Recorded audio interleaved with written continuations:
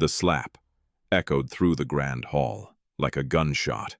Joy Cheruiyot, a poor hotel maid in a faded uniform, stood frozen as her palm fell away from the face of David Chibwe, the billionaire everyone feared and admired. For one stunned second, the room stopped breathing. Then came the gasps, the shouts. Security surged forward. Blood glistened at the corner of David's mouth. Joy didn't scream. She didn't run. Her eyes were locked on his wide, urgent pleading as if she had just crossed a line she could never return from. "Stop," someone yelled. "Arrest her." But before anyone could touch her, David swayed. His knees buckled, and the most powerful man in the room collapsed face first onto the marble floor. Silence swallowed the hall. Why would a poor maid destroy her own life just to strike a billionaire in public? Before we continue, where are you watching from right now and what time is it there? If stories of courage, injustice, and unexpected humanity move, you consider subscribing. This one will stay with you. Joy Cheruiyot had learned early in life that silence was safer than protest. She was born in a crowded neighborhood on the edge of Nairobi, where corrugated metal roofs rattled in the wind and the smell of charcoal smoke clung to clothes no matter how many times they were washed. Her mother, Ruth Cheruiyot, sold vegetables at a roadside stall. Her hands were always busy sorting tomatoes, counting small notes, wiping sweat from her brow. But her smile never quite hid the tiredness in her eyes. Joy remembered that smile better than anything else. Her father, Joseph Cheruiyot, had once been strong. He worked construction sites across the city, leaving before sunrise and returning after dark with dust in his hair and stories he rarely finished. When Joy was 13, everything changed. Ruth collapsed one afternoon behind her stall. At first, people thought she had fainted from the heat. Someone waved water in her face. Someone else shouted for space. But no one touched her. No one dared to move her body too roughly. By the time a neighbor finally pushed through the crowd and demanded an ambulance, Ruth's lips had turned pale. Joy arrived just in time to hear the siren fade into the distance. Her mother died that night from a heart condition no one knew she had. The doctors said earlier, intervention might have saved her. Joy never forgot the word might. It followed her like a shadow, whispering in moments when she least expected it. After Ruth's death, Joseph unraveled slowly, and then all at once. The work dried up. The drinking began. Nights grew louder, heavier. Joy learned how to make meals, stretch, how to smile when landlords knocked, how to hide her school uniform so her father wouldn't sell it. At 16, she stopped going to school. There was no dramatic farewell, no tears, just a quiet understanding that education was a luxury her family could no longer afford. She took her first job cleaning offices at night. Later, she found work as a hotel maid, a place with polished floors, crystal lights, and guests who never looked at her face.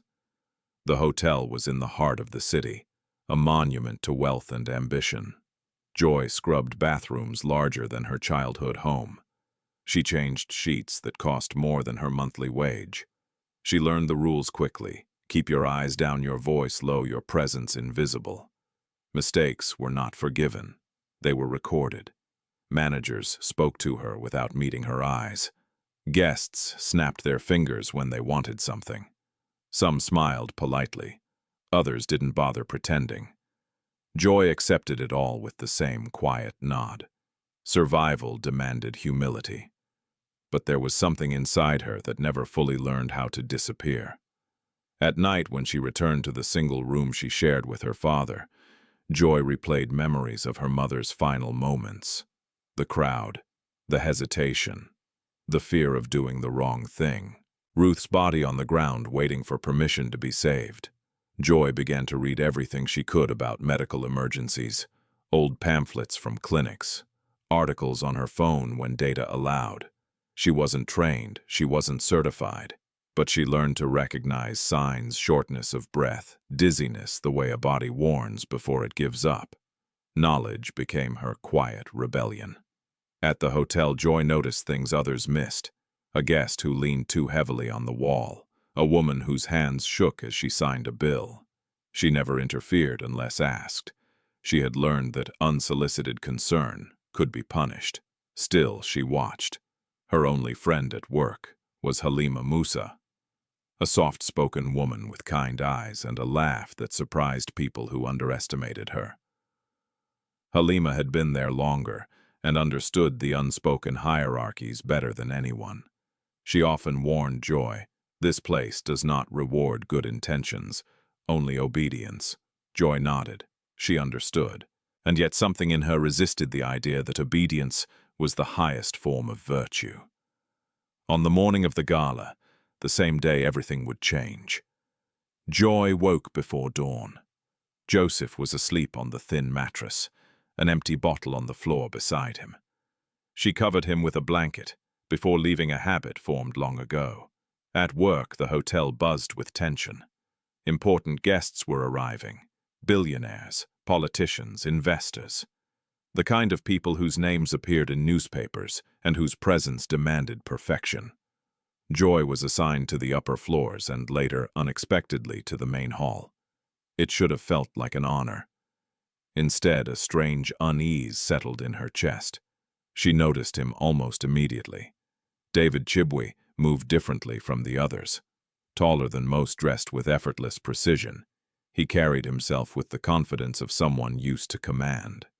People made space for him without being asked. Conversations paused when he passed. To the world, he was power made flesh. But Joy saw the cracks. She noticed the slight delay before he answered questions, the way his hand clenched briefly at his side, the shallow breaths he took when he thought no one was watching. It reminded her of her mother forcing strength while her body quietly failed. Joy's stomach tightened. She tried to dismiss it. It was not her place. She was just a maid. But as the hours passed and the preparations intensified, her concern grew. When David snapped at a server for a trivial mistake, Joy didn't flinch. She wasn't afraid of his anger. She was afraid of what his body was hiding. At one point, she caught his reflection in a mirror. For a fraction of a second, his composure slipped. His eyes looked distant, unfocused. Then it was gone, replaced by control. Joy felt a familiar urgency rise in her chest. She considered telling someone. Then she remembered her mother's stall, the crowd, the silence, the waiting, and she remembered what it felt like to arrive too late. Joy returned to her duties, her movements calm, her face composed. No one noticed the storm gathering inside her. No one knew that beneath the uniform and the practiced humility she was preparing herself, mentally, emotionally, for a choice that could cost her everything. She did not know how the day would end. She only knew one thing with painful clarity. If the moment came, she would not stand back and watch another life fade while people argued over permission. David Chibwe had built his life on control. From the outside, his story was often told in numbers, net worth estimates, market expansions, annual reports filled with confident forecasts. He was described as disciplined, relentless visionary. Magazines praised his iron focus. Competitors feared his calm. Employees learned quickly that hesitation around him was costly. But none of those stories explained how the control began or why he clung to it so fiercely. David was born in a dusty township outside Lusaka where hunger was common and expectations were low. His mother, Miriam Chibwe, sold second-hand clothes in an open market. She taught him how to count money before she taught him how to read. She believed in preparation, in keeping your head down, in surviving first and dreaming later. His father left early. There was no dramatic goodbye, just an absence that never corrected itself. David learned young that if anything was going to change, it would be because he forced it to. He studied relentlessly, worked harder than anyone around him, and carried a quiet resentment toward weakness, especially his own. When he earned a scholarship to university, he told himself it was the last time luck would ever be allowed to play a role in his life. From that moment on, everything would be earned. Everything would be controlled. Then one afternoon, the illusion shattered. Miriam collapsed in the market. David was 19, home for the holidays, when he heard someone shout his name. He ran through stalls and bodies, his heart pounding, until he saw her lying on the ground. People stood around her in a loose circle. Some whispered, some stared. No one touched her. She might be important, someone said. We should wait, said another. David knelt beside her, shaking, begging people to help. But fear ruled the moment. Fear of doing the wrong thing, fear of responsibility, fear of consequences. By the time an ambulance arrived, Miriam was gone. The doctors later said her heart had failed. They also said immediate intervention might have saved her. David never forgot the way that sentence felt: cold, clinical, unforgiving. From that day, he vowed two things: he would never be powerless again, and he would never let anyone see him weak. As his business empire grew, so did the walls around him.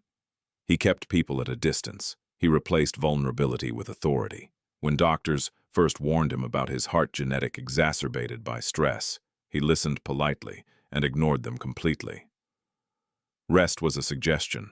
Slowing down was a luxury for men without ambition. Medication was taken irregularly. Appointments were postponed. Symptoms were managed, not solved. David told himself he understood risk better than anyone. After all, he had built his life by embracing it. What he did not admit even to himself was how deeply afraid he was of becoming his mother on that market floor. Exposed, helpless, waiting for permission to be saved. The gala was meant to be another controlled environment. He arrived at the hotel precisely on time, greeted by managers who bowed slightly without realizing it. The hall was flawless light reflecting off polished marble, music soft enough to suggest elegance without demanding attention. He approved of that. Details mattered. As he moved through the room, conversations shifted. People straightened. Smiles tightened into professionalism. David acknowledged them with minimal nods, conserving energy. Yet beneath the tailored suit and composed expression, his body was rebelling. The pain began as a pressure, familiar, manageable. He had felt it before. He slowed his breathing, adjusted his posture, and kept walking. Control, he reminded himself, was not optional. A server brushed past him accidentally. David snapped sharply, the irritation spilling out before he could restrain it. The outburst surprised even him. He hated that surprises. Across the room, Joy Cheruiyot noticed. David didn't see her at first. He rarely saw people in uniforms. But something about her gaze, steady, unafraid, almost searching briefly, registered in his peripheral vision.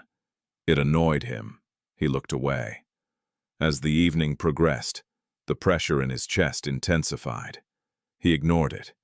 He always did. He drank a glass of whiskey offered by a sponsor, despite knowing better. Alcohol smoothed the edges of discomfort and sharpened his confidence.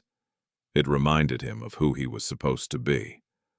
When Joy approached him later to adjust a setting near his table, David caught a glimpse of concern on her face. "Is everything all right, sir?" she asked softly. The question struck him like an accusation. "I'm fine," he said curtly, his voice sharper than necessary. Joy hesitated, then stepped back. David watched her retreat with an unfamiliar flicker of unease. Why did her concern irritate him so deeply? Because it sounded like pity. And pity to David Chibwe was an insult. When Joy later spoke to hotel staff, gesturing discreetly in his direction, David noticed. He overheard fragments of conversation, saw the way managers dismissed her with thin smiles. Something inside him hardened. How dare she speak about him? How dare a maid assume she knew anything about his body, his limits, his life? He confronted her publicly, his words precise and cutting. The room went quiet. Joy absorbed the humiliation without defending herself. For a brief moment, David thought he saw something flicker in her eyes. Not anger, not fear, but recognition. It unsettled him. As he prepared for his speech, standing beneath the lights and applause, the room began to tilt. He steadied himself against the podium, the sound of clapping blurring into a distant roar. His vision narrowed. He forced a smile. Control. Always control. From somewhere near the edge of the hall, Joy watched her heart pounding. David began to speak. The words came slower than usual. His tongue felt thick. A wave of dizziness surged through him, stronger than before. He tightened his grip on the podium, determined not to falter. He did not see Joy step forward. He did not hear the first shout. All he knew was that the world was slipping his carefully constructed certainty, cracking under the weight of something he could no longer command. And somewhere deep within him, an old memory stirred a market floor, a crowd standing still and a life waiting for help that never came. Joy Cheruiyot did not move when David Chibwe's voice cut through the hall. She stood still, hands folded at her waist, eyes lowered as she had been trained to do. But inside her chest everything tightened. The sound of his words, sharp dismissive, echoed with a familiarity she didn't like. It was the same tone doctors had used when they spoke to her mother too late. The same tone men used when they believed authority was proof of correctness. "I said I'm fine," David repeated louder this time, his gaze sweeping past her, as if she were furniture that had inconvenienced him. Joy nodded once and stepped back. That was the rule. You stepped back, you swallowed whatever you felt, and you continued working. But she could not stop watching him. As she moved along the perimeter of the hall, checking table settings and refilling water glasses, her attention kept returning to the podium. David's posture was rigid, controlled. Too controlled. His shoulders were squared, his chin lifted in defiance of the subtle tremor she saw in his left hand. She noticed the way his breathing changed when he thought no one was looking, short, shallow, uneven. She noticed the faint sheen of sweat on his temple, despite the cool air. The lights overhead reflected off his forehead in a way that made her stomach drop. Joy felt the same quiet panic she had felt years ago, standing behind her mother's stall, watching Ruth insist she was just tired. She glanced toward the hotel management desk. Mr. Samuel Ndlovu stood with two guests, smiling easily, his attention fully occupied. Peter Mwangi, the head of security, was positioned near the main entrance, scanning the room for external threats, not internal ones. Joy weighed her options carefully. She could say nothing. That was the safest path. No one would question her silence. No one would punish her for obedience. Or she could speak again. She thought of Joseph, her father waking each morning to the same regret. She thought of the word might that had haunted her since childhood. She thought of how many people had been in that market the day her mother died, and how none of them had wanted to be the one to act. Joy took a breath and approached Mr. Ndlovu. "Sir," she said quietly, keeping her voice low and respectful, "I think Mr. Chibwe may need medical attention." Samuel glanced at her briefly, irritation flashing across his face. "Joy, now is not the time. I've seen these signs before," she insisted, her words tumbling out faster than she intended. The dizziness, the breathing enough, he cut in sharply. "This is not your responsibility." Joy swallowed hard. "Please, just have someone check on him." Samuel leaned closer, lowering his voice. "Do you know who he is? Do you want to lose your job today?" The question was not cruel. It was practical. Joy stepped back, her cheeks burning. She felt eyes on her, curious, judgmental, impatient. She nodded again, signaling submission, and returned to her assigned area. From the podium, David watched the exchange with mounting irritation. He had caught sight of Joy gesturing toward him, her expression urgent. The implication was clear. She was questioning his strength, his capability, in front of people who mattered. Anger surged through him, not loud, not explosive, but sharp and precise. He finished his speech quickly, pushing through the dizziness with sheer will. Applause erupted. Cameras flashed. David forced himself to stand straight, to smile, to wave dismissively at the praise. As he stepped down, he spotted Joy again. She was watching him with that same steady concern. Not impressed, not intimidated, just focused. David stopped in front of her. "This is a professional environment," he said coldly, ensuring others could hear. "If you can't tell the difference between your imagination and reality, you shouldn't be here." The words landed like slaps. Joy felt the sting, but she didn't flinch. She met his eyes briefly, just long enough to speak. "I'm not imagining this, sir," she said softly. "You're not well." A murmur rippled through the nearby guests. David's jaw tightened. "You are a maid," he said. "Do your job." Joy stepped back immediately, the boundary firmly re-established. David turned away, satisfied that he had reasserted control. But the damage was done. As he moved toward a group of investors, the pressure in his chest spiked violently. His vision blurred at the edges. The room seemed too bright, too loud. He felt suddenly disconnected from his body, as if he were watching himself from a distance. He paused, placing a hand on a table to steady himself. Joy saw it. Her heart began to race. She took a step forward, then another. Peter Mwangi noticed her movement and raised a hand, signaling her to stay back. David tried to straighten, to wave off concern. The muscles in his legs trembled. He felt the familiar panic rising, the same helplessness he had sworn never to experience again. He forced a breath. Across the hall, Joy stopped.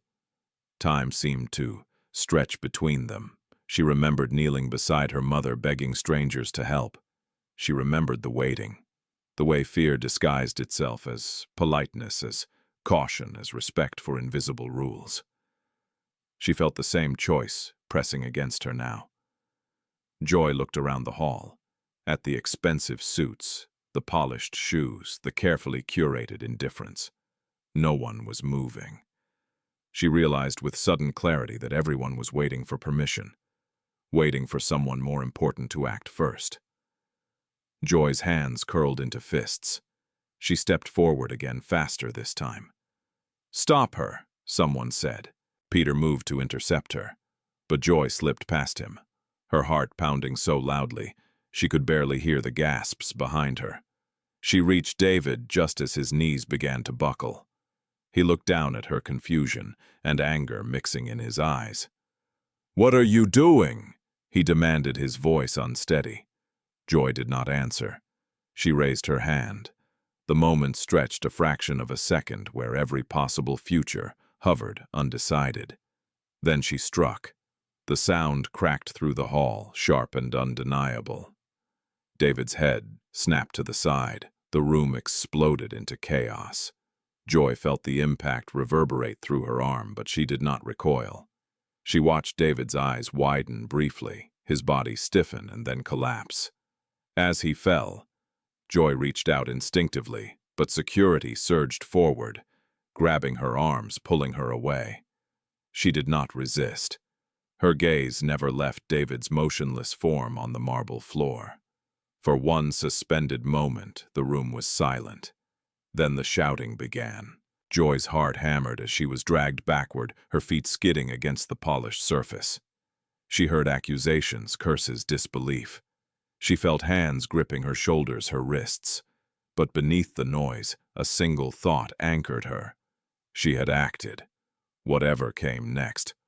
Loss, punishment, condemnation, she would not live with the question that had haunted her since childhood. She would not arrive too late again. The moment David Chibwe's body hit the marble floor, the hall fractured into noise. Shouts overlapped.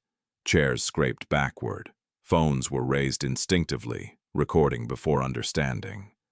Joy Cheruiyot was pulled away from the center of the chaos, her arms twisted behind her, as Peter Mwangi and two guards restrained her. She did not struggle.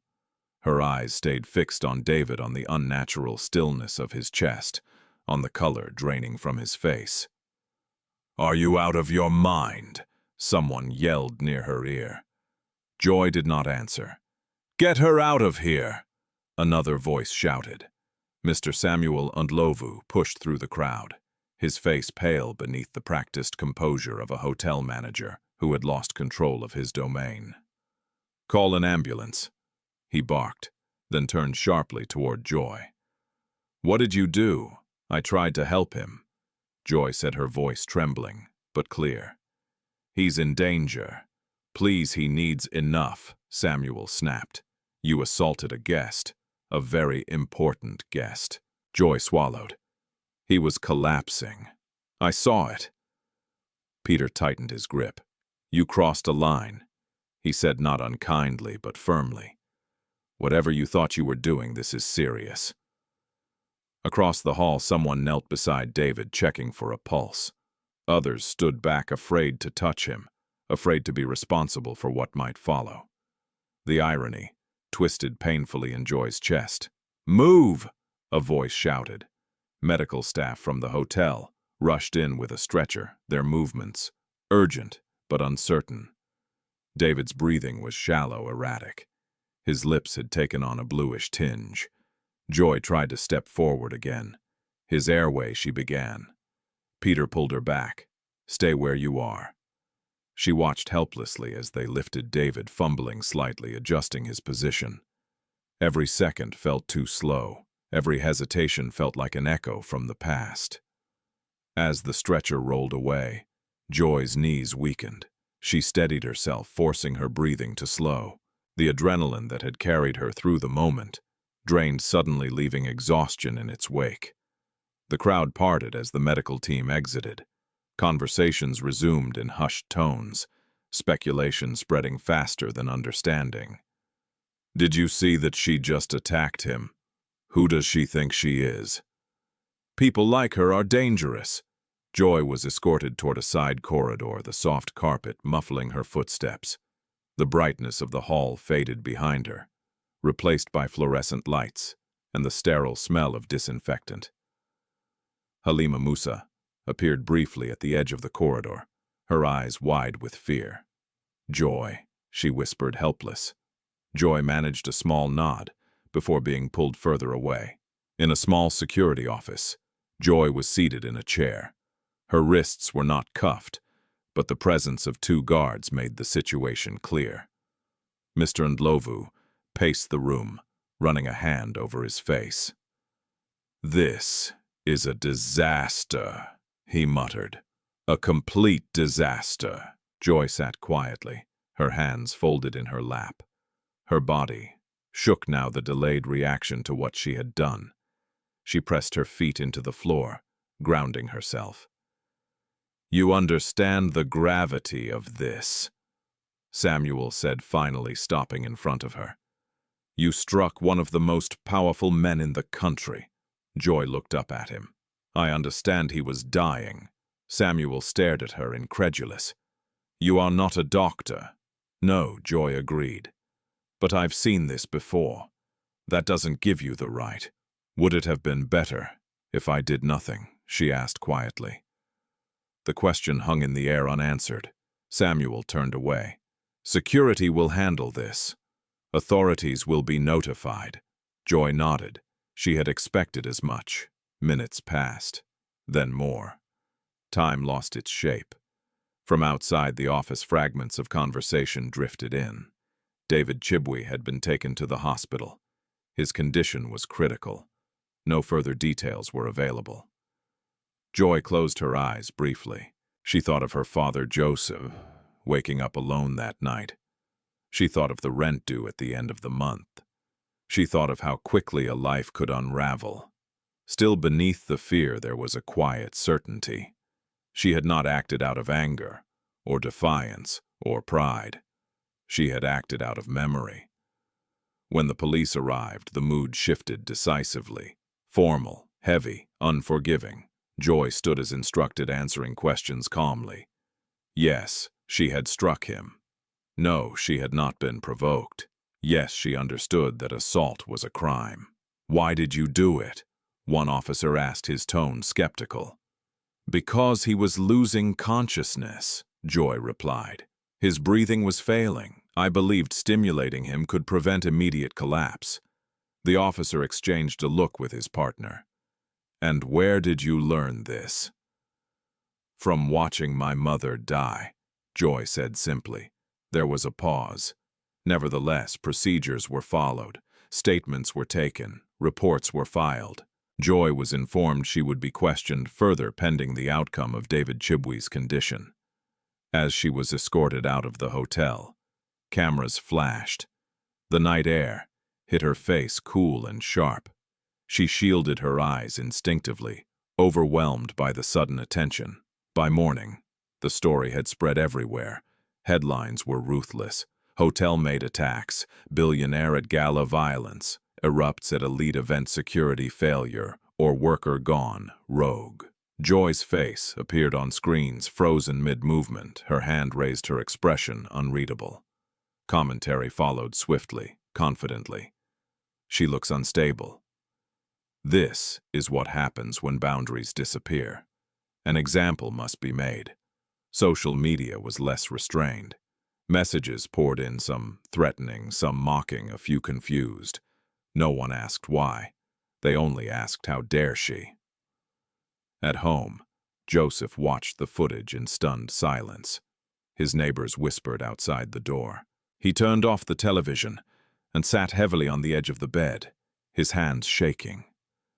Joy spent the night in a holding room at the station, released temporarily while investigations continued.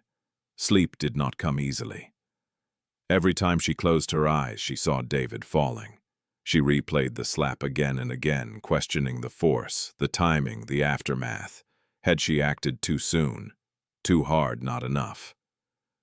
By dawn, she was exhausted but resolute. At the hospital, doctors fought quietly for David's life. Machines beeped steadily. Tubes and wires surrounded his still form. His body bore the marks of a heart pushed too far too long. Among the medical team was Dr. Emmanuel Kofi Agyeman, a senior physician with decades of experience.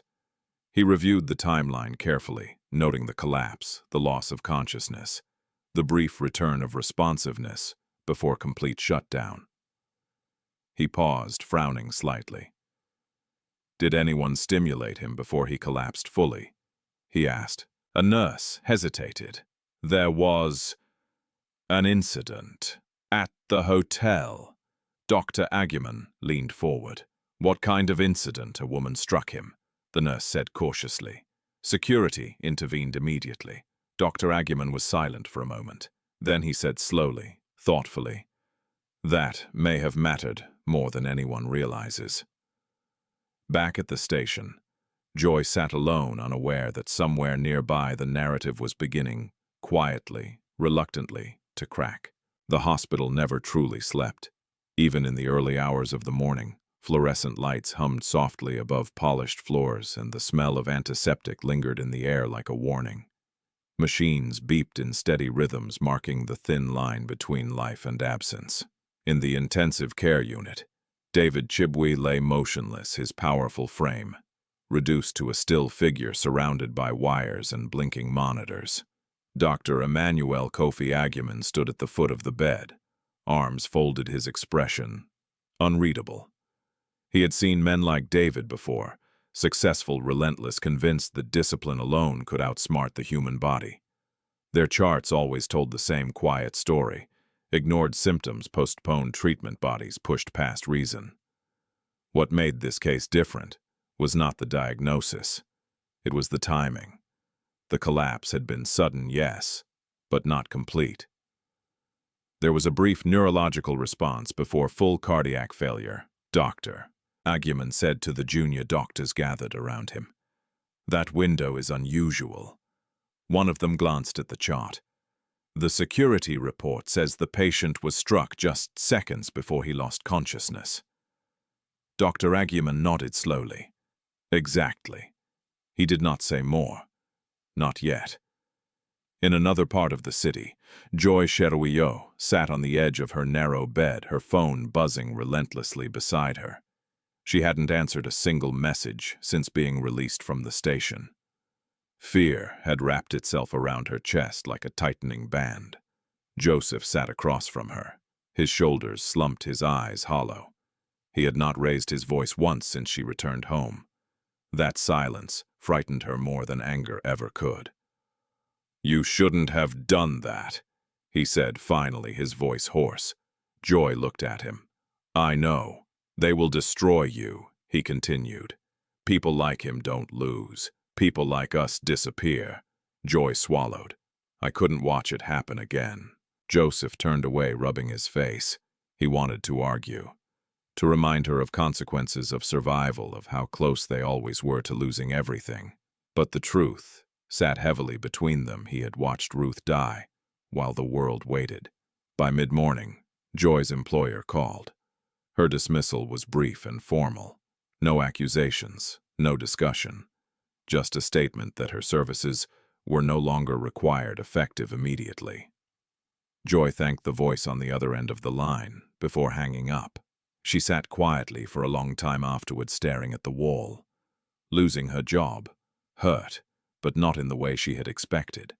The deeper pain came from knowing that her actions, however well-intended, had confirmed what the world already believed about people like her, that they were expendable.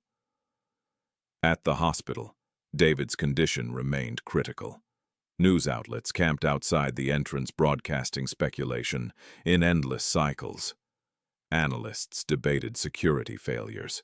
Commentators framed the incident as a lapse in class boundaries. Very few asked whether the maid had acted with purpose. Inside the ICU, Dr. Agaiman reviewed scans again and again. Something about the sequence bothered him. "Doctor," a nurse said quietly. The patient's neurological response stabilized briefly before full arrest. "That gave us just enough time." Dr. Agaiman exhaled slowly. In his years of practice across Ghana, Kenya, and South Africa, he had learned that medicine was not just science, it was timing. Sometimes crude intervention mattered more than protocol. He turned to the nurse. Find out exactly what happened before he collapsed. By afternoon, security footage arrived. The grainy video showed the hall in chaos. David standing unsteadily. Joy breaking free. The slap, sudden, forceful. David's eyes widening, his body stiffening before giving way. Dr. Agaiman watched it twice, then a third time. "That impact," he said quietly. It triggered a stress response. Brief, but enough to delay. Total shutdown. One of the doctors frowned. "Are you saying the slap saved him?" "I'm saying," Dr. Agaiman replied carefully, "that without it, he may not have made it to this bed alive." The room fell silent. No one rushed to announce the finding. In cases like this, cases involving power and public scrutiny, truth moved cautiously. Back home, Joy's world continued to shrink. Neighbors avoided her gaze. Some whispered. Others stared openly. She received anonymous messages, filled with blame and cruelty. Each one chipped away at her resolve, but she refused to respond. At night, she dreamed of her mother's stall again, of the crowd, of the waiting. In the dreams, this time she acted. 3 days passed. On the 4th morning, David Chibwe's eyes opened. It was not dramatic. No sudden awakening, just a slow return to awareness marked by a faint tightening of his fingers and a shallow breath that grew steadier with each passing second. A nurse noticed immediately. Doctors rushed in. "Mr. Chibwe," Dr. Agaiman said calmly. "You're in the hospital. You've had a cardiac event." David blinked, confusion clouding his gaze. His chest ached. His body felt heavy, unfamiliar. "Where?" he began, then stopped, swallowing hard. Memories flooded back in fragments, the lights, the speech, the dizziness. And then, the slap. His brow furrowed slightly. As the doctors spoke around him, David's attention drifted inward. He remembered the shock of impact, the sudden jolt that cut through the fog closing in on him. For a split second after he had felt awake, present. Then nothing.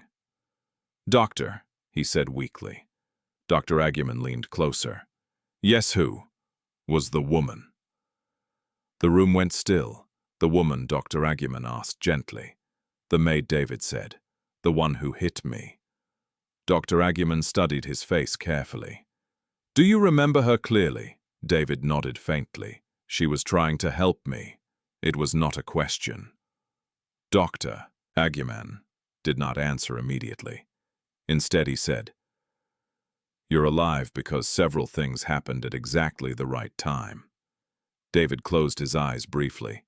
When he opened them again, there was something different there, an uncertainty that hadn't existed before. What happened to her? He asked. Dr. Eggman exchanged a glance with another physician.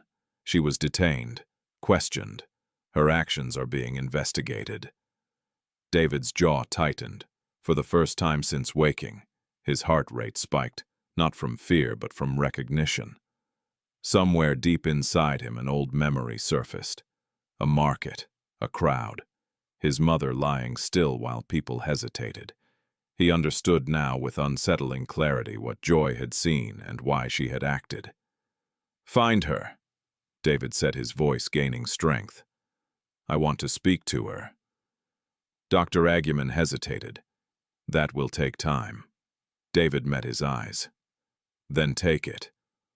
Outside the hospital, the narrative had not yet shifted.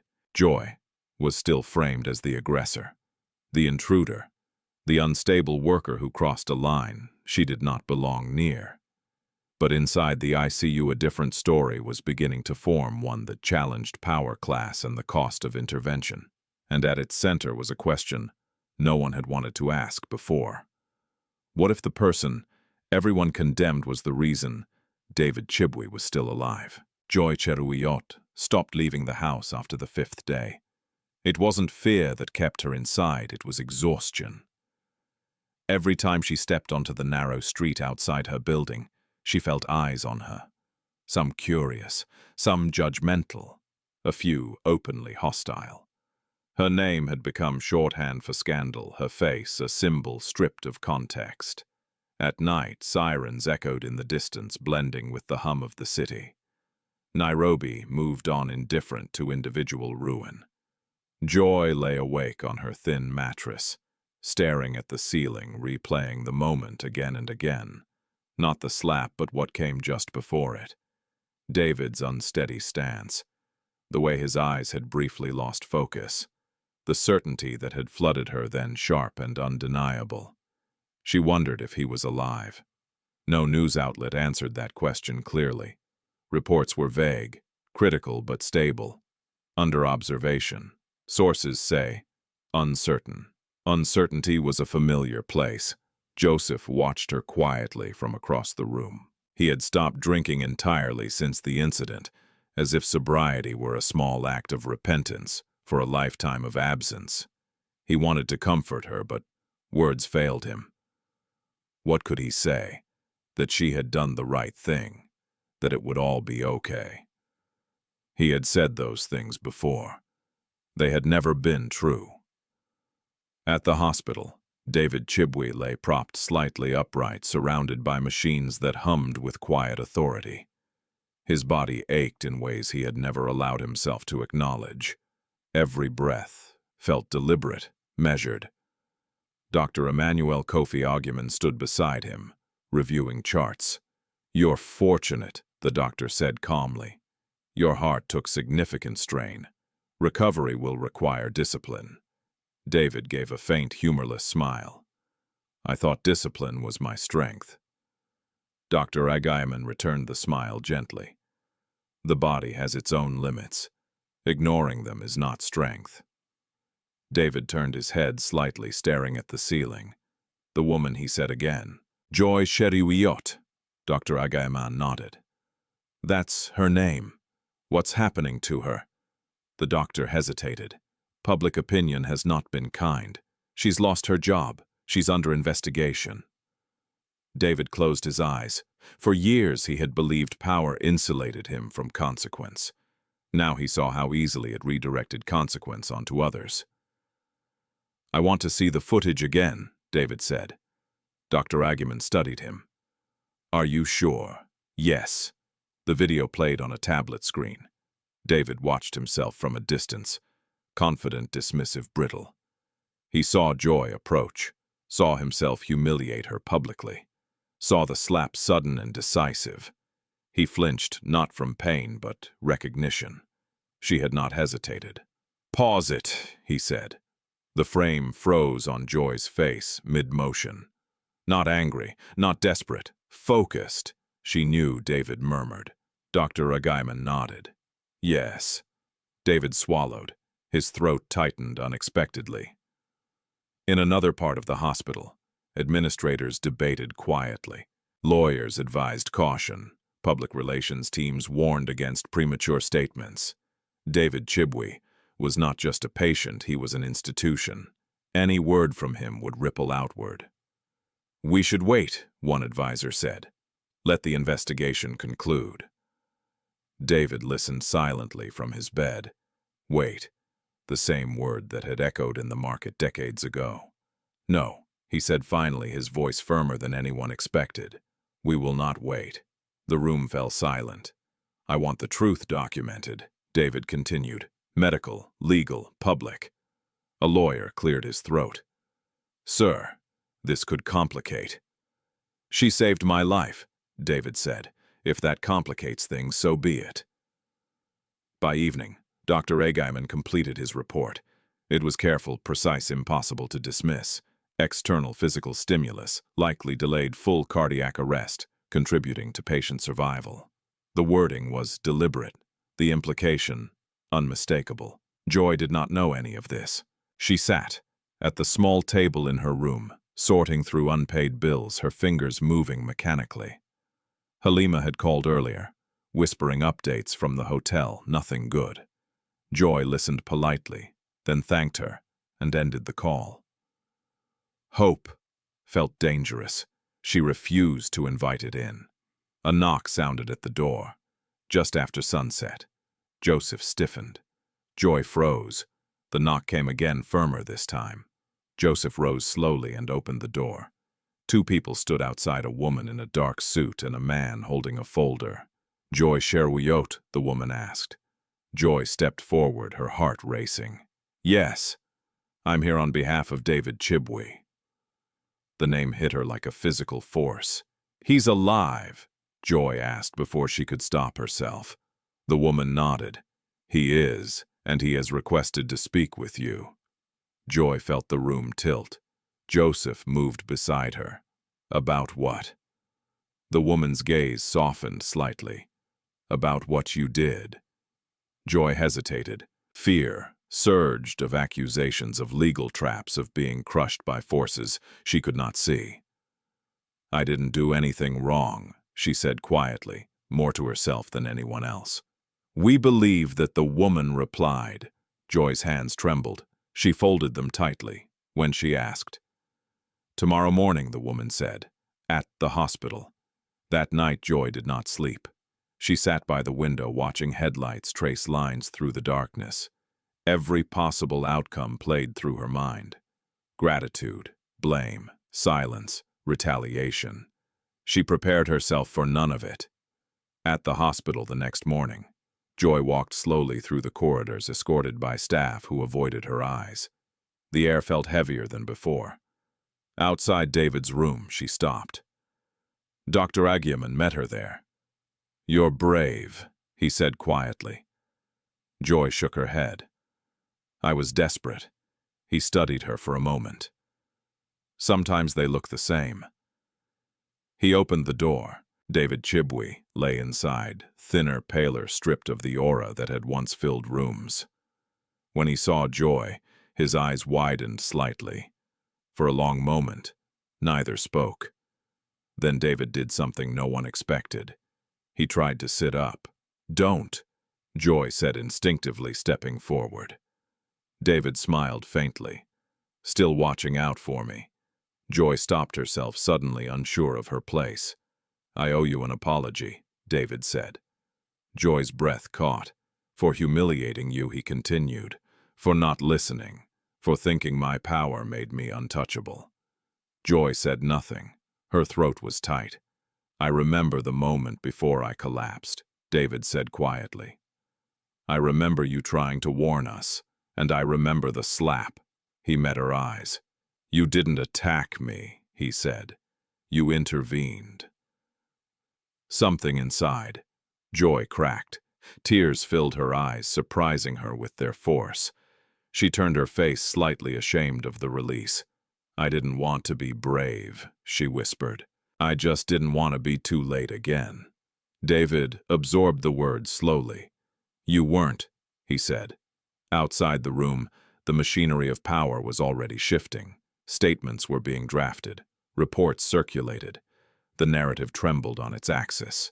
Inside, two people sat in silence, one who had nearly died and one who had risked everything to stop it. Neither knew exactly what would happen next. But for the first time since the gala, Joy felt something she had not allowed herself to feel. Not relief, but the fragile beginning of being seen. The press conference was scheduled for noon. From the moment the hospital announced it, tension coiled through the city like a live wire. News vans lined the entrance. Reporters rehearsed questions into their microphones, voices sharpened by anticipation. Inside, administrators walked briskly, careful with their words, cautious with their faces. Joy Cheruiyot sat in a small waiting room 2 floors above the crowd, hands clasped tightly in her lap. She had been offered tea. She had declined. Her stomach felt hollow, her thoughts loud. Across from her, Joseph sat quietly, his posture rigid, eyes fixed on the floor. He had insisted on coming. Joy had not argued.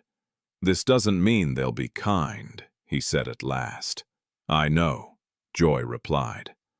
The truth was, she no longer expected kindness. What unsettled her was the possibility of being misunderstood all over again, this time in the opposite direction. Praise could be just as distorting as blame. Downstairs, David Chibwe stood behind a closed door, supported lightly by Dr. Emmanuel Kofi Agyeman. He wore a simple suit, the kind he had not worn in years. No insignia, no tailored flourish. His face was still pale, but his eyes were clear.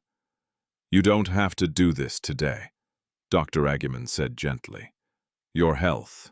I do, David replied. Timing matters. Dr. Agyeman nodded. He understood that this was not just about medicine. It was about reckoning. The doors opened. Flashbulbs exploded. A hush rippled through the room as David took his seat at the podium. He waited until the noise settled, not by force but by patience. Thank you for coming, he began, his voice steady but softer than the public remembered. I won't speak for long. He paused, breathing carefully. A few days ago, I collapsed at a public event. In the moments before that collapse, I was warned quietly, respectfully, by a hotel employee named Joy Cheruiyot, that I was unwell. Murmurs spread. I ignored her. David continued. I dismissed her concern. I humiliated her. Cameras clicked faster. When my condition worsened, seconds later, Joy intervened. Her action, misunderstood by many, triggered a response that delayed my cardiac arrest, long enough for emergency care to reach me. He nodded toward Dr. Agyeman seated nearby. The medical report confirms this, David said. Without that intervention, I would likely not be here today. A wave of sound swept through the room. Gasps, whispers, hurried typing. David leaned forward slightly. Joy Cheruiyot did not assault me, he said clearly. She saved my life. Silence followed, heavy, stunned absolute. In the waiting room upstairs, Joy felt the words reach her before she heard them. A staff member turned the volume up on a small television mounted to the wall. Joy watched David speak, her image suddenly reframed on the screen behind him. Joseph's hand found hers. Downstairs, a reporter stood. Mr. Chibwe, are you saying the charges against her should be dropped? Yes, David replied without hesitation. Immediately, another voice cut in. What about the hotel's responsibility? David exhaled. Institutions often reward silence over courage. That must change. He stood slowly, signaling the end. This is not a story about heroism, he said. It is a story about listening to people we are taught to overlook. Then he stepped away. Within minutes, the narrative shifted. Headlines updated in real time. Billionaire credit Maid with saving his life. Medical report confirms intervention was critical. Questions raised about class and care. Joy felt dizzy. An official entered the waiting room. Ms. Cheruiyot, the charges have been dropped. Joseph exhaled a breath he seemed to have been holding for days. Joy nodded, her expression calm, despite the storm inside her. Mr. Chibwe would like to see you again, the official added. Joy hesitated. Now, yes. Back in David's room, the atmosphere was quieter, stripped of spectacle. Sunlight filtered through the window, casting pale shapes on the floor. David sat upright alone. "Thank you for coming," he said. Joy stood near the door, uncertain. "I won't keep you long," David continued. "I know today has been overwhelming." Joy gave a small nod. "I've arranged for your job to be reinstated," he said, "with full pay and an apology from the hotel." Joy blinked. "I didn't come here for that." "I know," David said. "But you deserve repair, not just recognition." Joy considered this. "I don't want special treatment." David met her gaze. "Neither do I. That's the point." He shifted slightly. "I'm establishing a medical response fund training for staff in public spaces, especially those without formal authority." "Your experience exposed a gap." Joy absorbed the words slowly. "You don't owe me anything," she said. "I owe the truth," David replied. "And the truth is, I built a life where people were afraid to act around me. That nearly killed me." A long silence followed. Joy finally spoke. "I don't want to be remembered for the slap." David smiled faintly. "Then what do you want?" She thought for a moment. "I want people to know that caring doesn't require permission." David nodded. "Then we want the same thing." When Joy left the hospital later that afternoon, the crowd was waiting. Cameras lifted. Questions flew. She stopped. "I'm not a hero," she said simply. "I'm someone who didn't want to watch another person die while everyone waited." Then she walked on. That evening, Joy returned home with Joseph. Neighbors watched from doorways. Some nodded, some looked away. The world had not transformed overnight, but something fundamental had shifted. For the first time, Joy felt that her life was no longer being defined solely by survival.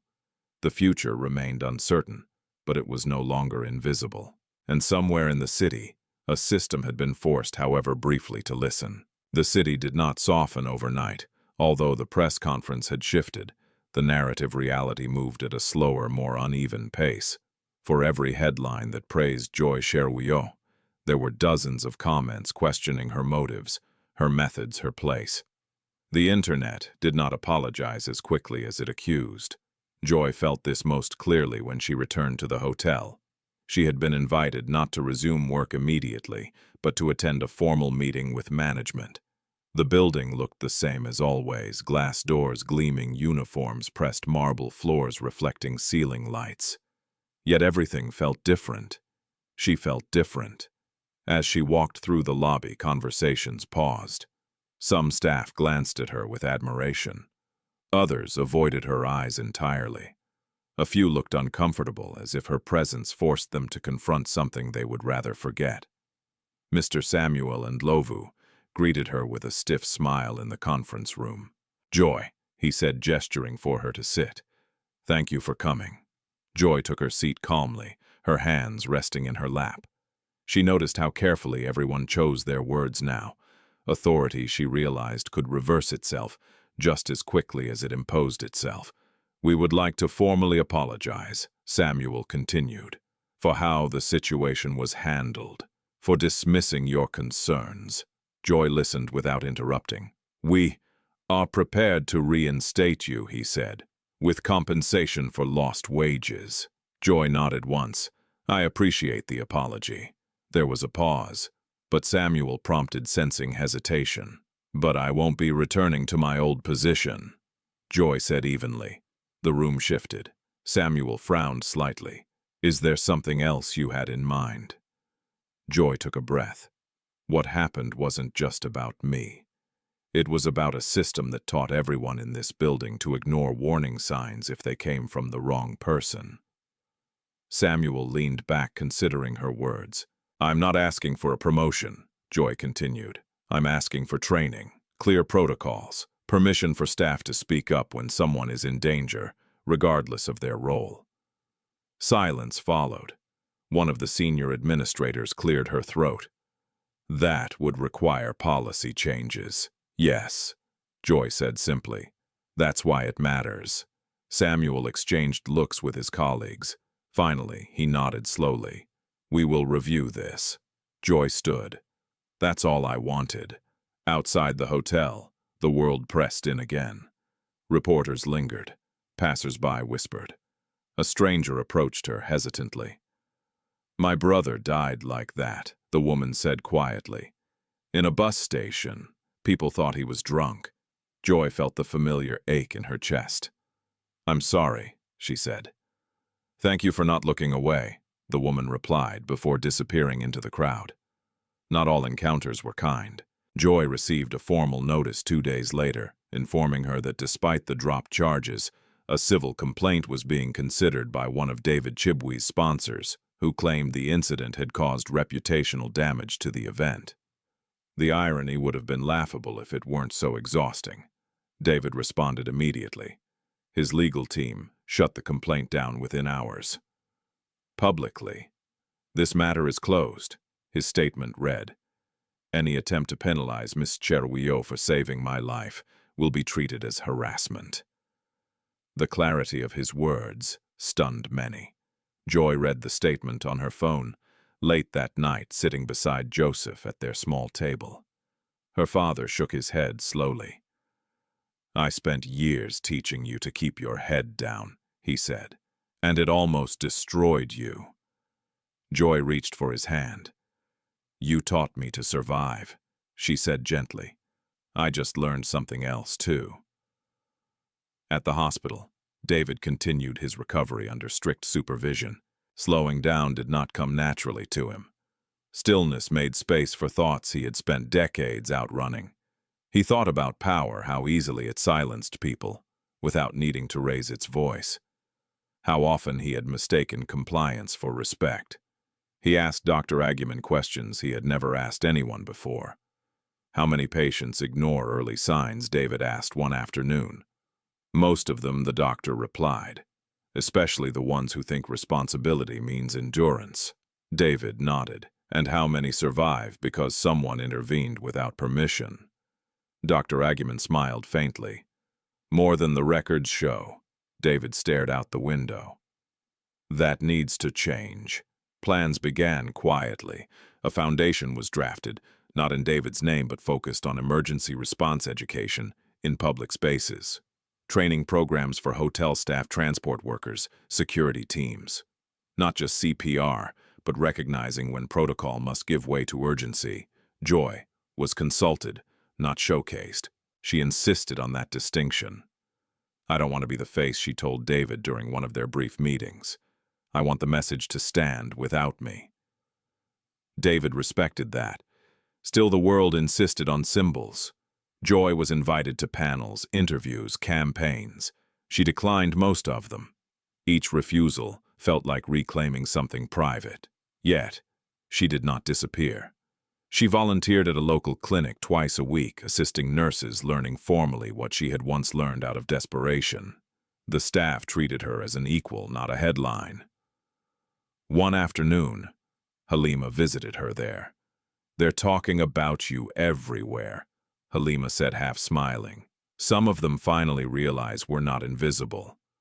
Joy smiled softly. "We were never invisible. They just weren't looking."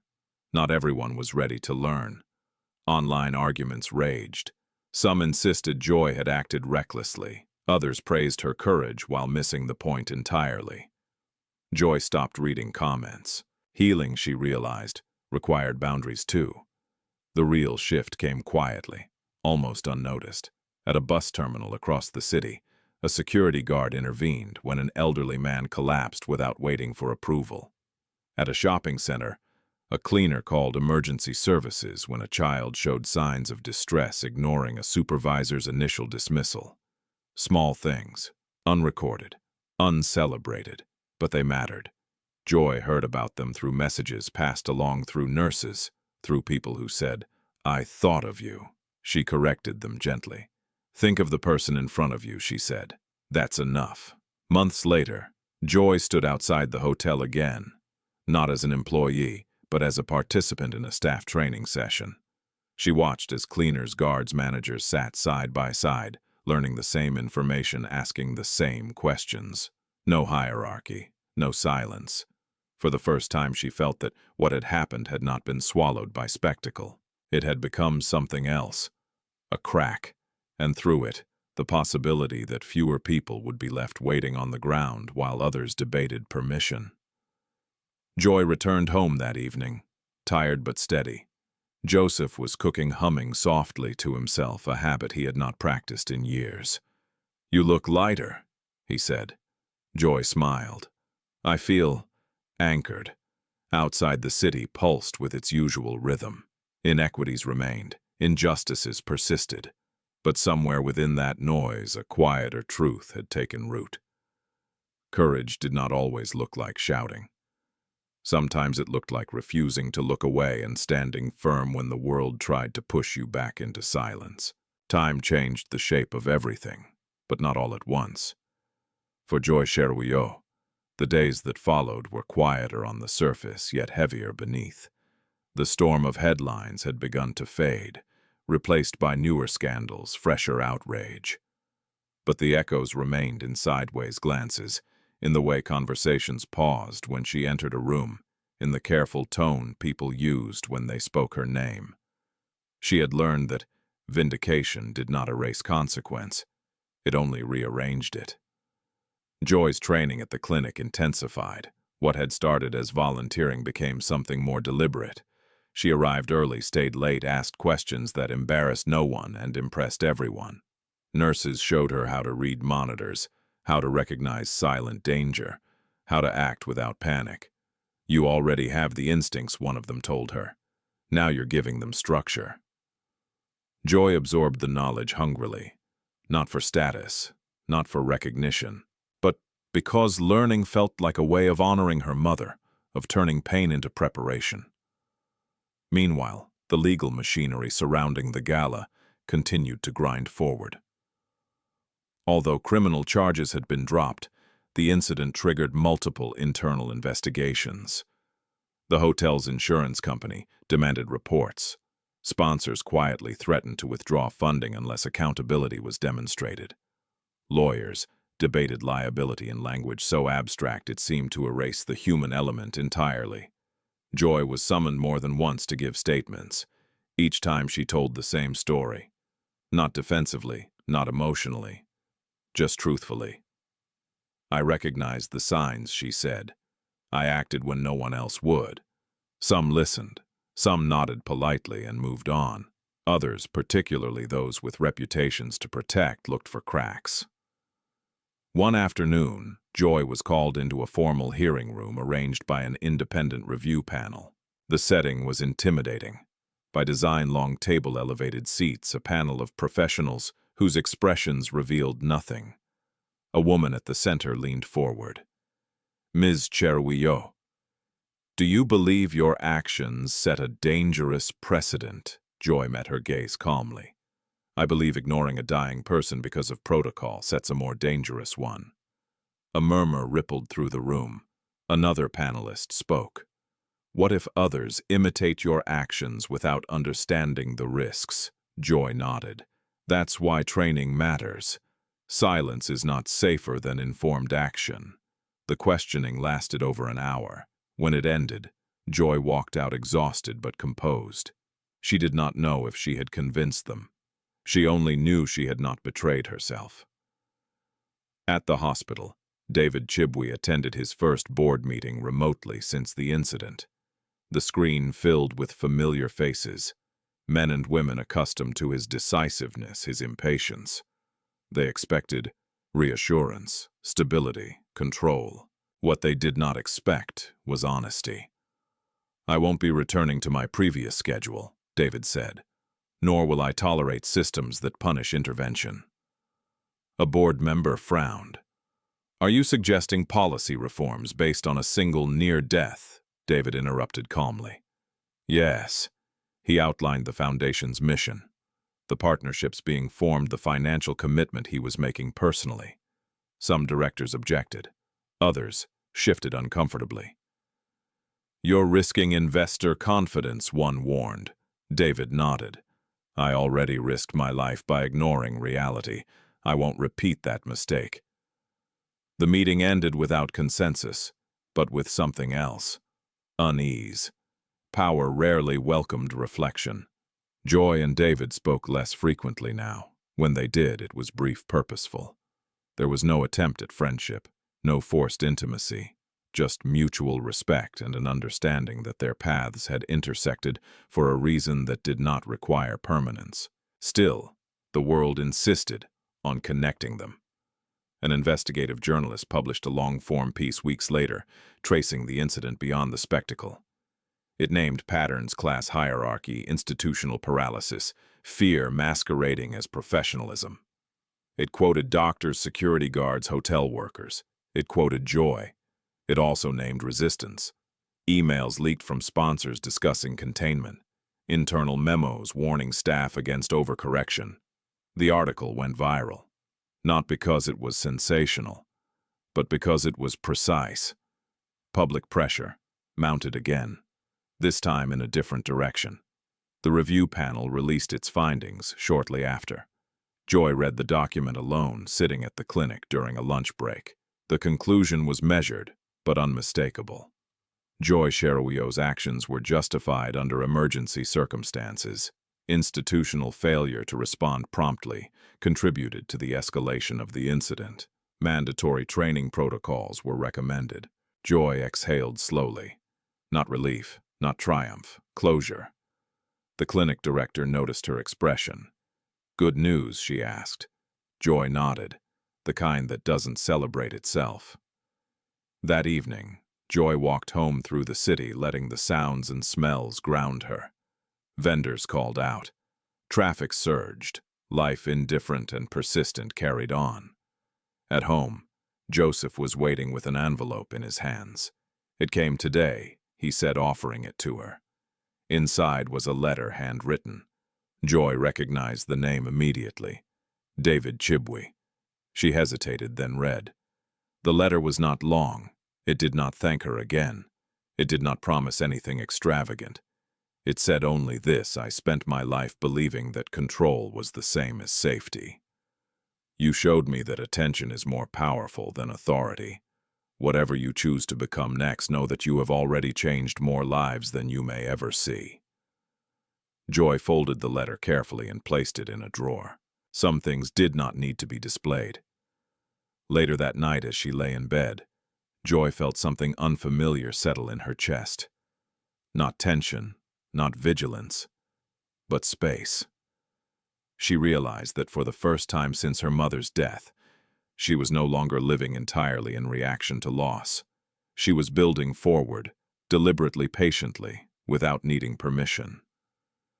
The world had not become fair, but it had become responsive.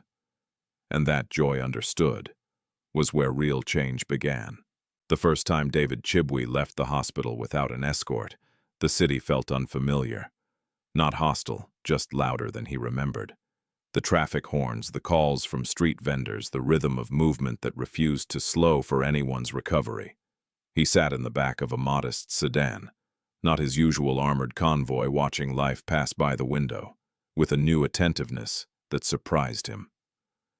For decades, the city had been a resource to be managed. Now it felt like a responsibility. Recovery forced David into stillness, and stillness did something his ambition never had. It made room for memory. Not the polished kind he shared in interviews, but the kind that surfaced uninvited. His mother's hands rough from sorting clothes. The way she hummed when she was anxious. The day she fell. He had always framed that memory as a lesson about urgency: work harder, move faster, control everything. What he saw now was different. It had been a lesson about listening. At the Foundation's temporary office, a small team gathered around a whiteboard, covered in notes. Doctors, safety consultants, a former hotel operations manager. They spoke about protocols, response times, training modules. The language was technical, careful. David listened, then interrupted gently. "We're missing something," he said. The room stilled. "Training is not enough if the culture punishes people who act," he continued. "We need to address fear. Fear of blame, fear of overstepping, fear of hierarchy." A consultant nodded. "That's harder to quantify." "Then quantify the cost of silence," David replied. The words surprised even him. Across the city, Joy Cheruiyot faced a quieter reckoning. The clinic offered her a conditional sponsorship, formal training in emergency care, part-time funded, through a partnership that had grown out of the incident. It was an opportunity Joy had never imagined herself accepting. She stared at the application papers, spread across the table in front of her. Joseph watched her from the doorway. "You don't have to say yes, I know," Joy said, "but you're thinking about it." "Yes." Joy felt the familiar tug of doubt. Education had once been interrupted by necessity. Returning to it felt like tempting fate, like reaching for something the world might still snatch away. At the same time, she felt something else, a steadiness that had not existed before. "This isn't about proving anything," she said slowly. "It's about being ready next time." Joseph nodded. "Your mother would be proud." Joy closed her eyes briefly at the sound of that sentence. It no longer hurt the way it used to. She submitted the application. The investigative journalist published a follow-up piece a week later. This one focused less on the incident and more on the aftermath. It highlighted testimonies from workers who described moments they had hesitated, times when someone collapsed, when protocols froze action, when hierarchy smothered urgency. The comment section was divided. Some called it progress. Others called it dangerous empathy. Joy stopped reading halfway through. She had learned that growth did not require consensus. One evening, David requested a meeting with Joy. Not in public, not with cameras, but at a community center near the clinic. The setting was intentional, neutral, unremarkable, human. Joy arrived early, choosing a seat near the back. When David entered, there was no announcement, no hush. He wore a simple shirt, his posture still careful, but unguarded. They spoke briefly at first about logistics, about the training program, about boundaries. Then David said something unexpected. "I'm struggling," he admitted. Joy looked at him, surprised by the honesty. "Not physically," he clarified, "with letting go. Of control. Of the idea that if I don't manage everything, it will collapse." Joy considered her response carefully. "Control kept you alive once," she said, "but it almost killed you too." David smiled faintly. "You don't soften your truths." Joy smiled back. "I don't know how." They sat in silence for a moment. "I won't ask you to lead anything," David said finally. "That wouldn't be fair. But I'd like your voice involved when you're ready." Joy nodded. "I'll speak when it helps, not when it sells." Agreed. Outside, the city carried on, indifferent to the quiet agreement being formed within its walls. Weeks passed. Joy began her training. The coursework was demanding: anatomy, emergency protocols, ethical decision-making. She studied at night, her notebooks filled with careful handwriting, her questions precise. At the clinic, nurses began to treat her differently. Not as a volunteer, not as a symbol, but as a colleague in formation. She welcomed that shift. It felt earned. At the foundation, David faced resistance. Some corporate partners withdrew quietly. Others demanded assurances that the initiative would not encourage disorder. David responded with data, with testimonies, with the one thing that could not be argued away: outcomes. A pilot training session launched at the same hotel where the gala had taken place. Joy did not attend. She did not need to. Peter Mwangi stood at the front of the room, speaking to his team. His voice was steady. "We missed something that night," he said. "And someone paid for it. We don't repeat that." The room listened. Months after the incident, the anniversary approached without ceremony. No one planned a commemoration. No one invited speeches. Joy spent the day at the clinic assisting during a busy shift. An elderly man collapsed near the entrance. Without hesitation, staff responded. No one waited for approval.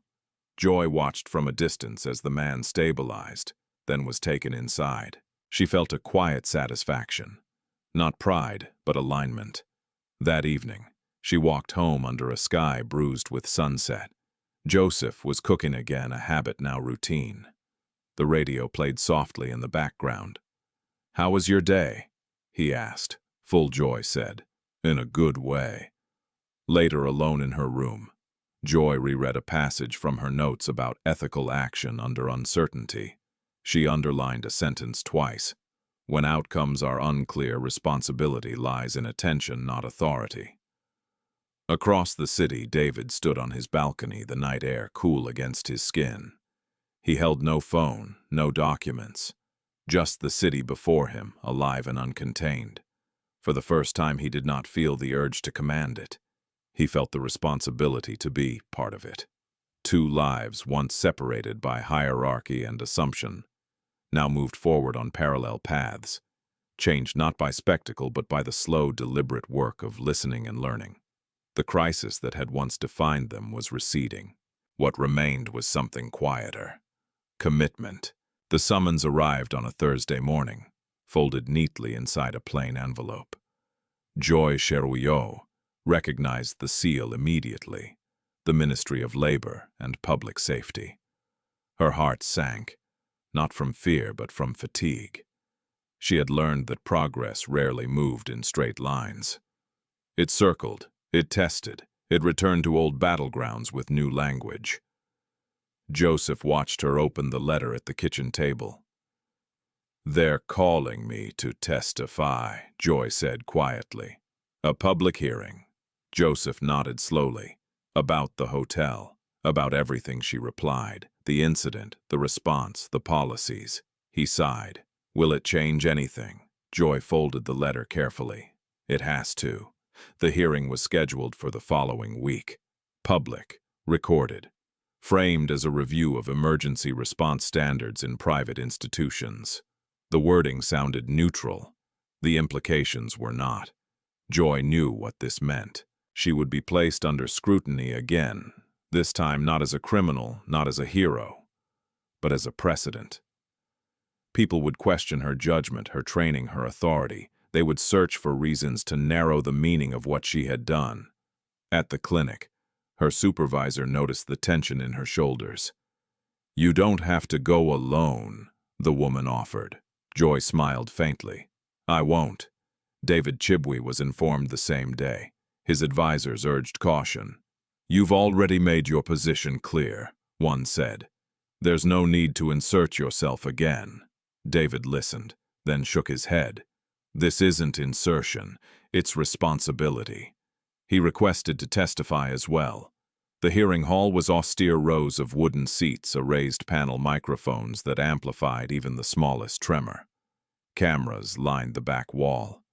The audience was a mix of officials, journalists, and ordinary workers who had taken time off to watch. Joy sat in the front row, hands steady, eyes forward. When her name was called, she rose and approached the microphone. She did not prepare a speech. She answered questions. A panelist leaned forward. "Ms. Cheruiyot, do you acknowledge that striking a person can be dangerous?" "Yes," Joy replied. "Any physical action carries risk." "Then why did you choose it?" "Because doing nothing carried greater risk," she said calmly. He was losing consciousness. Seconds mattered. Another panelist interjected. "But you are not medically certified." "No," Joy agreed, "but I was attentive, and I had experience." A murmur moved through the room. "Experience is not training," the panelist pressed. Joy nodded. "That's why training should be accessible, so experience doesn't have to come from loss." The questions continued, some fair, some thinly veiled attempts to corner her. Joy answered each with the same clarity. She did not argue hypotheticals. She spoke of what had happened, of what she saw, of why she acted. When she finished, the room was quiet. David was called next. He walked to the microphone without ceremony. "I am here," he began, "because my life became a case study." A few panelists shifted. "I benefited from a system that valued my comfort over truth." David continued. "That system nearly killed me." He described his condition, the ignored warnings, the culture of deference that had surrounded him. And when someone without power intervened, he said the system punished her before it asked whether she was right. He turned slightly, gesturing toward Joy. "I am alive because she acted, not because she was authorized, but because she was attentive." A panelist asked, "Are you suggesting that hierarchy be disregarded in emergencies?" David paused. "I'm suggesting that hierarchy should never outweigh humanity." The hearing concluded without applause. Decisions would be made later behind closed doors. That was how institutions protected themselves. Outside, Joy exhaled deeply. The sun felt brighter than it had inside. "I don't know if it helped," she said to David as they walked a short distance apart from the crowd. "It did," he replied, whether they admit it or not. Days passed. Joy returned to her routine classes, clinic shifts, evenings at home with Joseph. She refused to let anticipation consume her. The outcome she knew was no longer fully hers to control. When the decision came, it arrived quietly. A revised national guideline was released. In emergency situations, any staff member who reasonably perceives imminent danger may initiate intervention while summoning medical assistance without fear of disciplinary action. Mandatory training to follow. Joy read the document twice, then set it down. Joseph looked at her expectantly. "Is that good? It's enough," she said. At the hotel, policies changed. At transport hubs, posters appeared outlining emergency steps.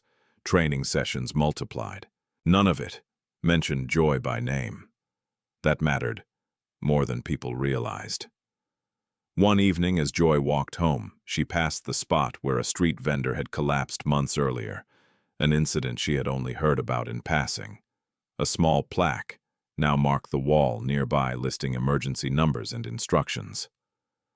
She stopped for a moment, then continued on. The past no longer held her in place. Later that week, Joy received a letter confirming her acceptance into the formal emergency care program. The start date was circled in ink. She smiled, not widely, not dramatically, but with the quiet certainty of someone stepping into alignment. David sent a brief message that same evening. They listened. Joy replied with 2 words: "We spoke." The city moved on as cities do, unevenly, imperfectly. But somewhere within its noise, a recalibration had occurred. Not because a billionaire had fallen, but because a maid had refused to look away. The first day of Joy Cheruiyot's formal training arrived with no ceremony. There were no cameras, no speeches, just a narrow classroom with worn desks, a whiteboard stained by years of erasure, and a group of people who had come for the same reason she had: not to be seen, but to be prepared. Joy took a seat near the middle, her notebook already open. Around her sat bus conductors, security guards, cleaners, receptionists, and a few junior nurses, looking to expand their skills. The diversity of uniforms told a quiet story. Emergencies did not discriminate, and neither could response. The instructor, a stern woman with kind eyes, began without preamble. "Most lives are lost," she said, "not because help doesn't exist, but because it arrives too late." Joy felt the words settle deep. As the session progressed, they practiced scenarios, collapsed. Patients blocked airways, cardiac distress. Joy moved carefully, absorbing structure around instincts she had once relied on blindly. For the first time, she felt her past and her future align without friction. During a break, a man across the room leaned toward her. "You're her," he said quietly. "From the hotel." Joy nodded. "Yes." He hesitated. "I was there. That night. I did nothing." Joy met his gaze. "You're here now." He swallowed. "That counts." "Yes," she said. "It does." Across the city, David Chibwe sat in a boardroom that felt more like a battlefield. The foundation's annual budget was under review. Several directors argued that the recent policy changes and public alignment with non-traditional intervention models had unsettled key investors. Numbers were presented, projections debated. David listened, hands folded. "You're asking me to dilute the mission," he said finally. "We're asking you to protect it," a director replied. "Public sentiment shifts, institutions endure." David leaned forward. "Institutions endure by adapting." A pause followed. One of the older directors cleared his throat. "This initiative was born from personal experience. Perhaps it's time to professionalize it." David nodded. "That's exactly what we're doing." The vote was close, but the outcome held. The foundation would proceed, fully funded, fully independent with community oversight. David left the meeting exhausted, but steady. Power, he had learned, was not about winning arguments. It was about choosing which ones mattered. Joy's days grew fuller. Between training sessions, clinic shifts, and study hours, exhaustion crept in, but it was a different kind. Purposeful, earned. She no longer lay awake at night replaying the past. Her dreams, when they came, were quiet. Joseph noticed the change. "You walk differently," he said one evening, watching her prepare dinner. Joy smiled. "I feel different." He nodded. "Your mother would have liked this version of you." Joy paused, then continued chopping vegetables. The grief no longer stopped her hands. One afternoon, Joy was asked to assist during a real emergency at the clinic. A young boy had collapsed in the waiting area. Panic rippled through the room. His mother cried out, frozen in fear. Joy stepped forward without hesitation. She checked breathing, pulse, positioning. She spoke calmly, directing others to call for advanced support. When the medical team arrived, the boy was stable. His mother gripped Joy's hands, sobbing with relief. "Thank you," she whispered.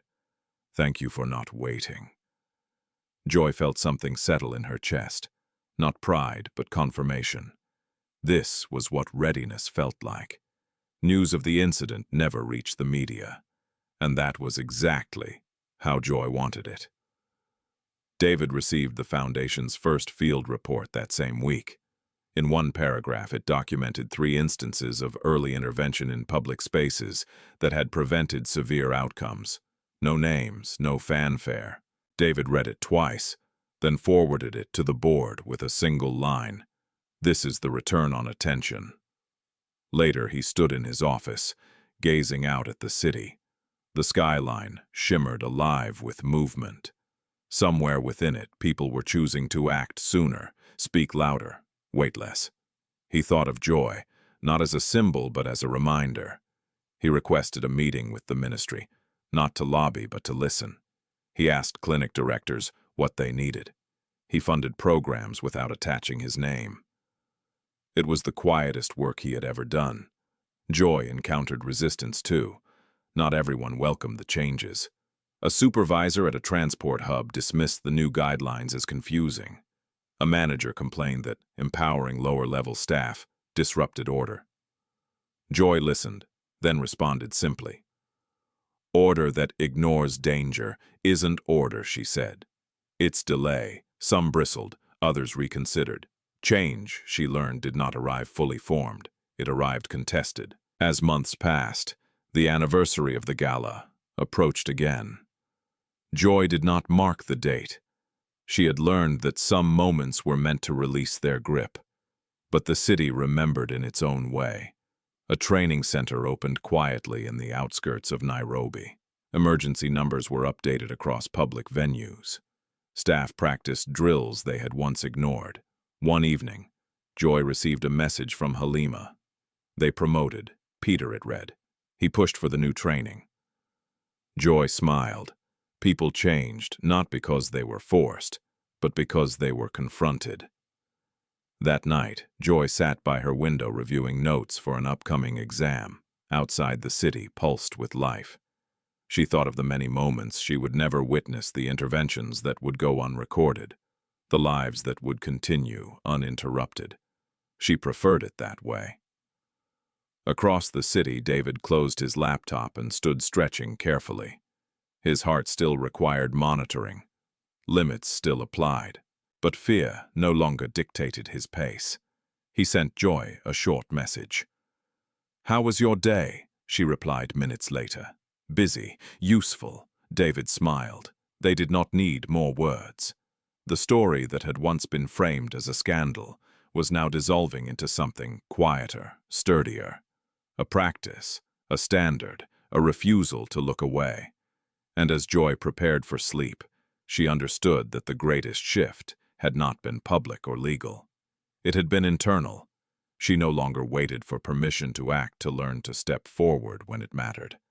Neither did the city, at least not in the same way. The silence that once killed had begun finally to lose its authority. The backlash came quietly, the way resistance often did when it learned to dress itself as reason. It began with a memo. Joy Cheruiyot found it pinned to the notice board at the clinic one morning, its language neutral, its implications sharp. A regional oversight committee was reviewing the scope of non-certified emergency interventions. Training programs would be temporarily paused pending clarification. Staff were advised to exercise caution and defer to supervisors. Joy read it twice. The room around her hummed with routine phones ringing, nurses moving between stations, but a familiar tension crept back into her chest. She recognized the move. Not a ban, not an accusation. A pause, a narrowing. The old instinct to wait, resurfacing under a new name. A nurse beside her shook her head. They always do this when change starts working. Joy folded the paper carefully. "Then we don't stop," she said. "We document." At the foundation, David Chibwe received the same notice, expanded, annotated, softened by legal phrasing. His advisors were quick to suggest restraint. "This is regulatory," one said. "If you push back publicly, they'll frame it as interference." David listened, then asked for the field reports again. He read them in silence, timestamps, outcomes, brief notes written by people who had acted when seconds mattered. He closed the folder. "We respond," he said, "with evidence." Within days, a coalition formed: clinic directors, transport unions, hotel associations, emergency physicians. Not to protest, but to present data. Lives stabilized, response times reduced, incidents resolved without escalation. Joy was invited to contribute, not as a spokesperson, but as a witness. The hearing was scheduled swiftly, the room smaller than the last, the tone tighter. This time the questions came dressed in civility. A panelist leaned forward. "Mrs. Cheruiyot, do you believe broad empowerment risks chaos?" Joy met his gaze. "I believe fear of chaos has already cost lives," another asked. "Isn't it safer to wait for trained professionals?" Joy nodded. "It is safest to act and summon help simultaneously. Waiting without action is not safety, it's delay." A murmur moved through the room. David spoke next briefly. He did not mention money, he did not mention influence, he mentioned outcomes. "The data shows that early intervention reduces harm," he said. "If we pause training, we increase risk. That's not regulation. That's negligence." The word landed heavily. Outside the hearing, a small crowd gathered. Not reporters, but workers, cleaners, guards, conductors, people who had learned the protocols and refused to forget them. Joy caught sight of Peter Mwangi near the back, arms crossed, listening intently. The decision did not come that day. It came a week later, released as a bulletin that avoided headlines but changed practice training programs, reinstated with expanded certification pathways. Temporary pause lifted. Documentation standards clarified. Joy read the bulletin in the clinic hallway, her shoulders loosening. The resistance had not disappeared, but it had been forced to retreat. That afternoon, a call came from the hospital. An elderly woman had collapsed near the entrance. The first responder was a cleaner who had completed the pilot training. He acted immediately. The woman stabilized. No one waited. Joy arrived after the fact, watching the stretcher roll past, listening to the steady rhythm of the monitors. She felt the familiar swell of relief and something else. This time it wasn't just her. That evening, Joy returned home to find Joseph sitting quietly, a letter in his hands. "It came for you," he said. The envelope bore the seal of the training institute. Joy opened it slowly. She had passed her assessment commendation, noted for composure, under pressure. Joseph smiled a rare, full smile. "You did it," Joy exhaled. "I'm doing it."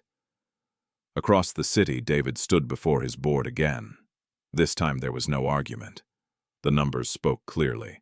The partnerships had stabilized. Public trust, measured carefully, had improved. A director leaned back. "You've changed how we define risk." David nodded. "We've changed how we define responsibility." The meeting ended early. Later, alone in his office, David allowed himself a moment of fatigue. Change demanded vigilance. It always would. But he no longer felt alone in the effort. He sent Joy a message. They reinstated the programs. She replied a minute later. "Good. People will keep breathing." A week after that, the city experienced a heat wave. Emergency rooms filled, tempers frayed, systems strained. And yet, interventions happened, early, often, quietly. Joy worked long shifts, her training tested in real time. She made mistakes, corrected them, learned. She did not seek perfection. She sought presence. On the final day of the heat wave, a man collapsed at a bus terminal. Joy was not there. Another trainee was. The man survived. That night, Joy sat by her window, the city cooler, now breathing easier. She thought of the arc of the past months, the spectacle, the backlash, the slow recalibration. She understood something then that she hadn't before. The climax had never been the slap. It had been the refusal to return to silence after the noise faded. Across the city, David closed his laptop and turned off the lights in his office. He walked down to the street and stood among people waiting for a bus, unnoticed, unremarkable. A guard nearby watched the crowd attentively. David smiled faintly. The work was not finished, but it was working. And that, Joy knew as she prepared for sleep, was the only ending that mattered. The morning Joy Cheruiyot received her certification. The sky over Nairobi was unusually clear. She stood outside the training institute, with a small group of graduates, the paper warm in her hands. There were no photographers, no speeches, just a quiet acknowledgement of work done and responsibility accepted. Joy folded the certificate carefully and placed it in her bag. Around her, people talked about next steps, jobs, shifts, transfers. Life moving forward in practical ways. Joy listened, smiled when appropriate, but her thoughts drifted elsewhere. She was thinking about the night of the gala, not with fear or adrenaline anymore, but with distance.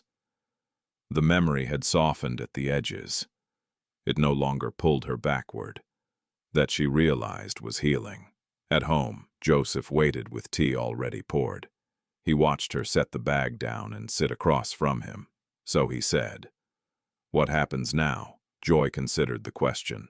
"I keep learning," she said. "I keep working. I stay ready." Joseph nodded. Your mother would have liked that answer. Joy smiled, and this time the smile reached her eyes. Across the city, David Chibwe attended a small ceremony of his own, though he would never have called it that. The Foundation's first permanent training center was opening its doors. No banners, no naming rights. Just a modest building staffed by people who knew exactly why they were there. David walked through the rooms, slowly greeting instructors, listening more than he spoke. He watched a group of cleaners practice emergency positioning under the guidance of a former paramedic. He watched security guards ask questions without embarrassment. He felt something unfamiliar settle in his chest. Peace. Later, David stood alone in the courtyard, phone in hand. He typed, then erased, then typed again. "Congratulations," he finally sent. "You're ready for what comes next." Joy read the message while waiting at a bus stop, the city moving around her in its usual rhythm. She replied simply, "So are you." They did not need more words. That afternoon, Joy was called to a small apartment building not far from her neighborhood. A man had collapsed in the stairwell. By the time Joy arrived, a trainee was already there, guiding the situation, calmly, confidently. Joy observed, assisted when asked, then stepped back. The man was stabilized. Help arrived. Life continued. As she left the building, a woman approached her hesitantly. "I recognized you," the woman said, "from the news." Joy braced herself. "My sister is alive because of what you started," the woman continued. "Someone acted early." Joy felt a lump rise in her throat. "I didn't start it," she said gently. "You did. Everyone did." The woman nodded, understanding more than words could say. That evening, the city glowed softly as dusk settled. Joy walked home slowly, allowing herself to feel tired. The good kind of tired. The earned kind. At home, she found Joseph asleep in his chair, the radio, murmuring quietly. She covered him with a blanket and sat nearby, listening to the sounds of the city through the open window. She thought of the life she might have lived if she had stayed silent, if fear had won, if she had waited. She did not regret the choice she had made. Not anymore. Across the city, David Chibwe stood at his balcony again, watching the lights flicker on. His heart still required care. His limits were still real, but they no longer frightened him. He had learned something the night he collapsed, something Joy had known all along. Strength was not the absence of vulnerability. It was the willingness to respond to it. Weeks later, the story of the gala had faded from public memory.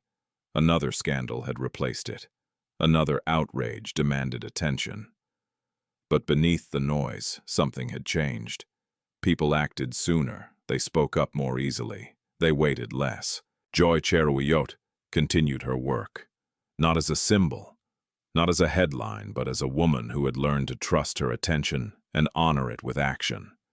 David Chibwe continued his work, not as a savior, not as a figurehead, but as a man who had learned to listen and step back when needed. Their lives intersected, once dramatically. They ran parallel, now quietly, purposefully, and somewhere in the city, a life was saved without spectacle, without permission, without applause. That was the true ending. Not a slap, not a scandal, but a shift, a reminder that compassion, when acted upon, can move systems, and that sometimes the bravest thing a person can do is refuse to look away when the world tells them to wait. Joy Cheruiyot's story is not about a slap. It is about the moment a human being chose attention over permission.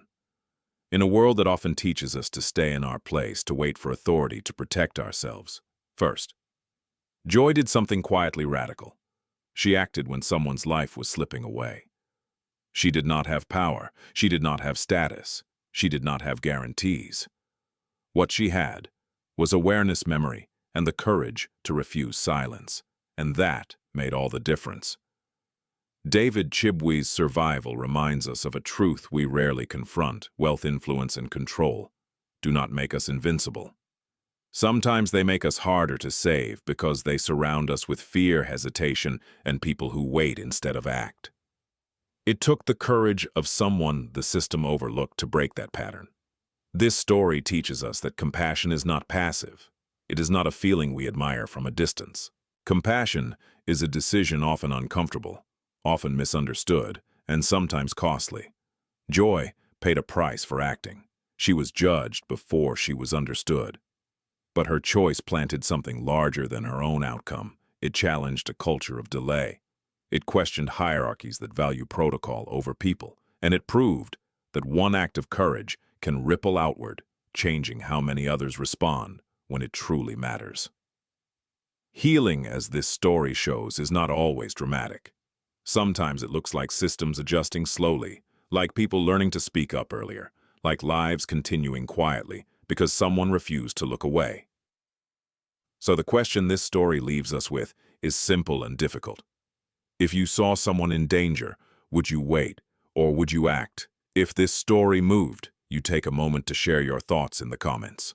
What part of Joy's journey stayed with you the most? Have you ever faced a moment where doing the right thing meant risking misunderstanding? And if you believe stories like this, stories of courage, justice, and human dignity, deserve to be told and shared, don't forget to subscribe to the channel. Your support helps these voices travel further, reaching people who may one day need the courage to act. Thank you for watching. And remember, sometimes the bravest thing you can do is refuse to wait.